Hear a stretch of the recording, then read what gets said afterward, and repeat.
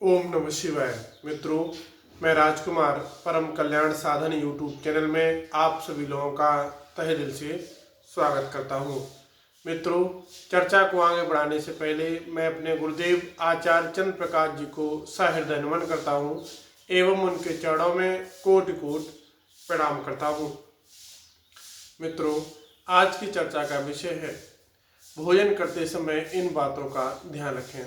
भोजन तो हर कोई करता है, बगैर भोजन के कोई रह ही नहीं सकता है। तो भोजन करते समय कुछ विशेष बातें हैं जिनका आपको ध्यान रखना है। अगर आप इन बातों का ध्यान रखते हैं तो आपके जीवन में आपको सफलताएं अवश्य प्राप्त होती हैं। देखिएगा, कुछ ना कुछ हमारे जीवन में, चाहे वो भोजन को लेके हो, चाहे वो सोने को लेके हो, चाहे वो नहाने धोने को लेके हो, किसी को लेके हो, अगर विधि विधान से करते हैं तो उसका हमें लाभ मिलता है। भोजन अगर हम इस विधि विधान से करते हैं, इसमें हम 5 पॉइंट आपके साथ शेयर करने वाले हैं। तो इससे आपको निष्कर्ष क्या मिलेगा? निष्कर्ष यानी भोजन पवित्र और ऊर्जावान बनाता है। घर में सुख शांति और समृद्धि आती है। आप ये मत सोच लेना कि भोजन करने से सुख शांति समृद्धि आती है। जी हाँ, आप ऐसा नेगेटिव सोचें कि नहीं, ऐसा नहीं होता है। आप करके तो देखिए, आपके घर में सुख शांति स्वयं ही आपको देखने को मिलेगी। स्वास्थ्य और मानसिक संतुलन बेहतर रहेगा। तो इन सारी बातों पर चर्चा हम इस वीडियो में करने वाले हैं। तो आप लोग लास्ट तक बने रहिएगा और वीडियो को पूरा अंतिम तक अवश्य देखिएगा। तो पहला पॉइंट क्या कहता है, ध्यानपूर्वक सुनिए। खाने की थाली को कभी भी एक हाथ से ना पकड़ें। जैसे कि एक हाथ से खाने की थाली पकड़ ली, ऐसे नहीं पकड़ना है, दोनों हाथों से थाली को पकड़ना है। ज्योतिष कारण इसमें क्या होता है, ज्योतिषी लोग इसमें क्या कहते हैं? असंतुलन चंद्रमा और शुक्र प्रभावित होता है। अब इससे उदाहरण के तौर पे बताइए, सुनिएगा। उदाहरण के तौर पे कि अशांत मन रहता है। अगर आप एक हाथ से थाली पकड़ते हैं, अशांत मन रहता है और भोजन का पूरा लाभ आपको प्राप्त नहीं होता है। नंबर 2, भोजन के बाद थाली में हाथ न धोएं। बहुत से लोग क्या करते हैं कि भोजन कर लिया और उसी में चारपाई पे बैठे हैं या कोई बेड बिस्तर पे किसी पे बैठे हैं, तो वहीं पर उन्होंने भोजन किया और उसी थाली में हाथ धो दिया। ऐसा नहीं करना है। अब इसमें ज्योतिष कारण क्या कहता है? अन्न का अपमान, अन्न का अपमान होता है, अन्नपूर्णा दोष लगता है और साथ ही साथ आपको धन की भी हानि होती है। अब उदाहरण के तौर पे समझिएगा, जिससे आपका खर्चा बढ़ता है और अन्न बर्बाद होता है। नंबर 3, भोजन के बाद थाली को पलंग या टेबल के नीचे ना रखें।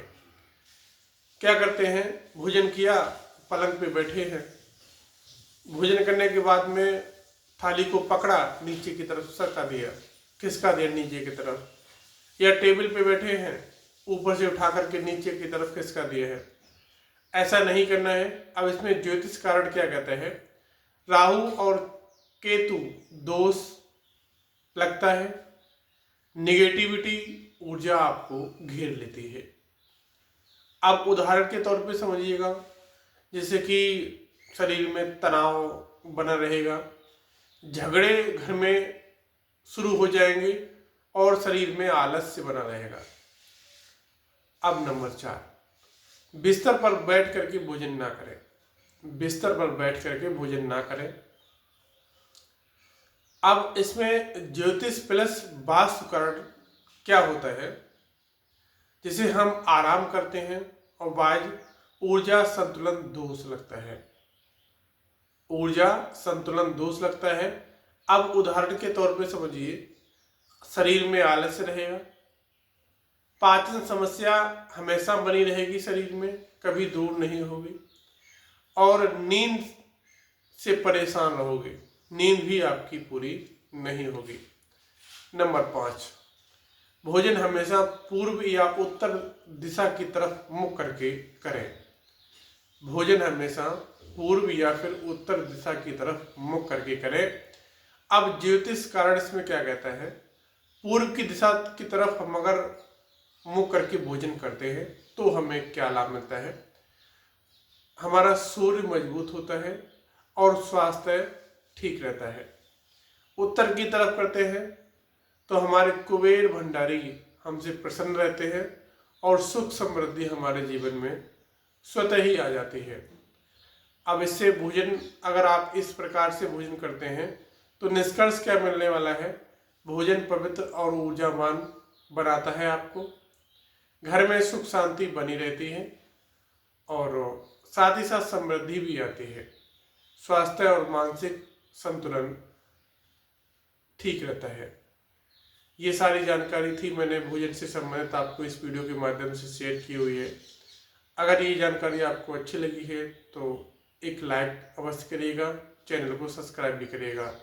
मैं अपनी वाणी को इन्हीं शब्दों के साथ विराम देता हूँ। मिलता हूँ अगले वीडियो में, तब तक के लिए ओम नमः शिवाय, हर हर महादेव।